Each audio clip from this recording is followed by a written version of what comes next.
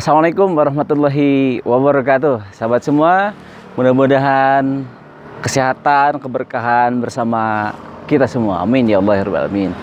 Saya lepas guys dan tidak ada salahnya membuat konten dan mudah-mudahan menjadi inspirasi untuk kita semua. Saya berada di Gapura Selamat Datang Kota Subang ya. Ini di belakang saya ada ibu-ibu sedang mengurus tehnya. Di atas sana takuban perahu. Oke, sahabat semua, saya simpan ya supaya nggak banyak. Mic-nya jatuh supaya nggak banyak gerak. Oke, rekan-rekan, diskusi kita kali ini adalah begini. Ketika kita kan suka lihat ya orang lain sukses, kok saya enggak gitu ya. Orang lain berhasil, kok saya tidak. Ada beberapa yang harus dipelajari oleh kita semua, teman-teman. Yang pertama yaitu prosesnya. Ya, prosesnya. Kenapa orang tersebut sukses? Ya, pasti ada prosesnya. Jatuh bangun dalam kehidupan ini ada. Jatuh bangun dalam bisnis ada. Jatuh bangun dalam kesuksesan akademik juga ada. Gitu ya. Ada yang saya termasuk yang mengalami masa-masa itu. Ada seorang guru juga, seorang ustazah gitu ya di Malaysia, guru saya, guru kami, itu sampai hampir mau bunuh diri waktu zaman belajar di pesantrennya itu, karena bosan dengan belajar, karena tekanan bulian teman-teman seniornya. Tapi ya itu bisa dilewati masa-masa itu. Prosesnya panjang, sampai kuliah di luar negeri dan lain-lain, termasuk saya sendiri. Atau contoh-contoh figur-figur yang sahabat semua kagumi, siapa? Pasti prosesnya luar biasa. Coba siapa? Pak Allahyarham almarhum Pak B.J. Habibie, ada prosesnya. Teman-teman bisa baca di biografinya, termasuk di film-film beliau. Saya suka sekali dengan film-film kisah cinta beliau. Ada prosesnya. Siapa lagi? Sok coba. Dan yang utama adalah teladan kita adalah Rasulullah SAW. Ada prosesnya. Ada proses yang luar biasa. Di Taif dilempari batu hingga berdarah. Rasulullah bukan sibuk membalas, tapi sibuk menahan cucuran darah jangan sampai menetes ke darah. Menetes ke tanah. Kenapa? Karena Rasulullah mendengar para malaikat marah, andai kata darah menetes ke tanah, maka akan dibalikan gunung di Taif tersebut. Nah, maka Rasulullah begitulah contoh prosesnya, dan Rasulullah memaafkan dan mengetahui ataupun memaklumi bahwasanya hidayah belum menyapanya. Begitu proses, teman-teman. Terus yang kedua, amalan, teman-teman. Iya, amalan. Ini saya juga saya buat di beberapa live di Facebook juga. Amalannya, teman-teman. Kalau melihat orang lain sukses, coba amalannya. Berapa banyak sholawat yang dibacakan? Berapa segimana istiqomahnya? Sholat tahajud, sholat duhanya. Amalan sedekahnya bagaimana? Gitu ya, teman-teman. Oke, itu yang kedua. Yang ketiga, apa visi besarnya orang besar tuh? Gitu ya. Pak B.J. Habibie, nih lagi-lagi saya menyinggung Pak B.J. Habibie, Allahyarham almarhum Pak B.J. Habibie, semoga Allah mengaruniakan kelapangan di kuburnya dan berbuah pahala banyak ya buat bekal di surga kelak, dan mudah-mudahan berjumpa dengan kita kelak di surganya Allah Subhanahu wa taala. Amin ya Allah ya Rabbal alamin. Visi besarnya membuat pesawat. Jadi ingin karena kota-kota kita itu provinsi-provinsi kita itu terpisah-pisah. Nah, dengan pesawat itu bisa cepat mengunjungi, penyebarannya cepat sekali.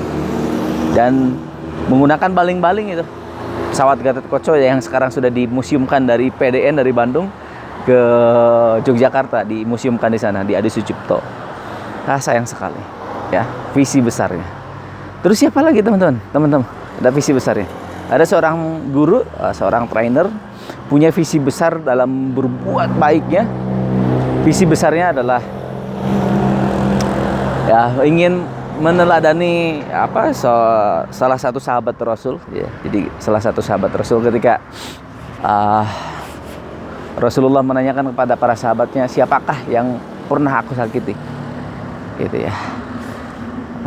Sampai 3 kali bertanya, dan ada seorang sahabat yang mengacukan tangan. Sontak di pertemuan tersebut, dalam majelis tersebut, Abu Bakar, Umar bin Khattab marah.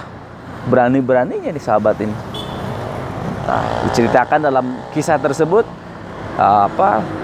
pernah terkena gitu ya oleh, saya mohon maaf, apakah tongkat Nabi ataupun apa.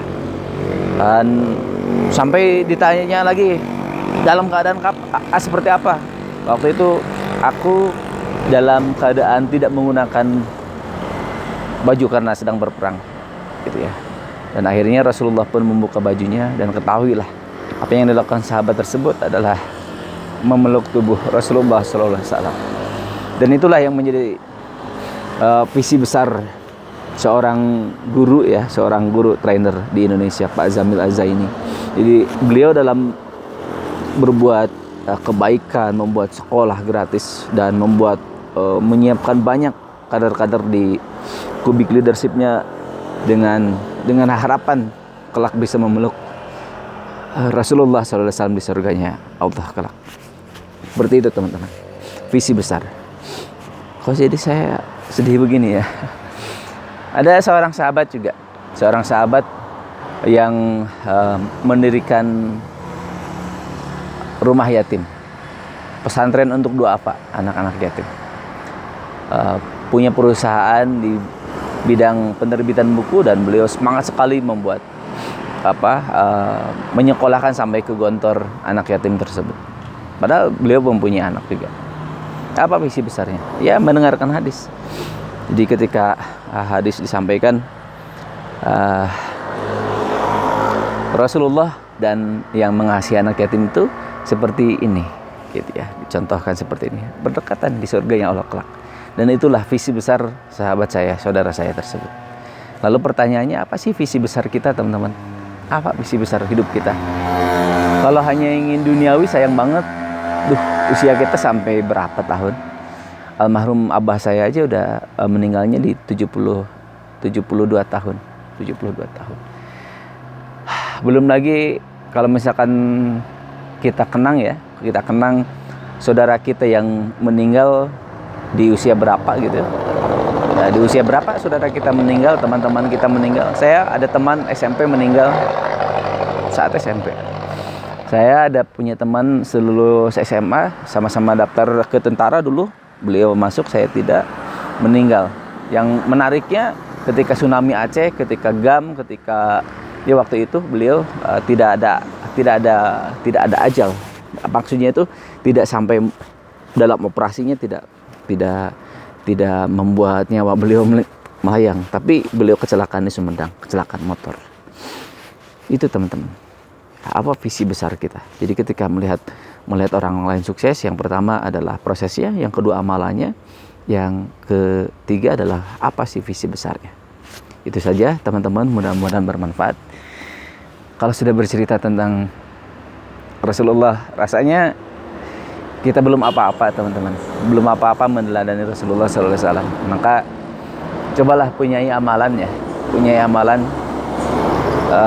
amalan yang betul-betul kita menyebut namanya, gitu ya, menyebut nama Rasulullah, menyebut ya sekuat tenaga kita meneladani sunnahnya ya. Dan Rasulullah tidak menghujat, tidak memberikan teladan menghujat. Jadi jangan sampai karena kita semangat hidup, pokoknya harus sunnah, kita harus melakukan sunnah, kita harus menyegerakan sunnah, pokoknya apa yang harus kita lakukan adalah sunnah. Iya silahkan, tapi jangan sampai karena kita semangat melakukan itu, kita membenci orang lain, ya, membenci orang lain yang tidak meneladani ataupun yang dianggap tidak sesuai dengan kita. Jangan sampai kita tergolong orang yang suka membenci seperti itu. Itu teman-teman, mudah-mudahan ada hikmah dan manfaatnya. Saling mendoakan, mudah-mudahan Allah memberkahi kita semua. Bila taufiq wal hidayah, subhanakallahumma bihamdika, asyhadu an la ilaha illa anta, astaghfiruka wa atubu ilaik. Assalamualaikum warahmatullahi wabarakatuh. Nah, ini teman-teman pemandangannya. Tuh ibu-ibu tuh lagi. Masya Allah. Kabupaten Subang.